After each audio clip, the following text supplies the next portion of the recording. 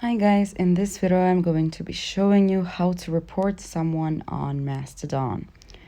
For example, you can scroll on your home page, and when you see something you don't like, for example, you don't like this status, you think it's inappropriate, etc., you're gonna click and go to the profile. Now you're gonna click on the three dots in the top right corner.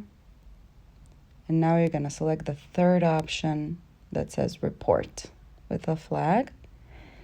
So now you're going to select why you want to report it. For example, I don't like it.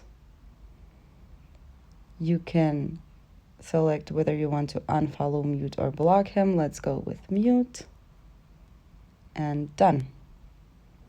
And now you've reported this profile and additionally muted this account.